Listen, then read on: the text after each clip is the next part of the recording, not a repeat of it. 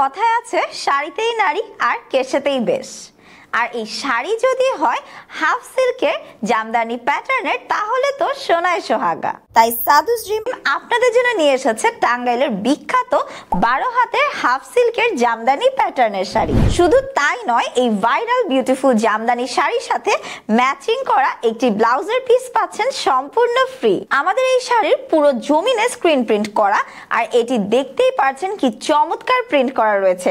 প্রতিটি print screen print, সহজেই কিন্তু রং উঠে যাবে না।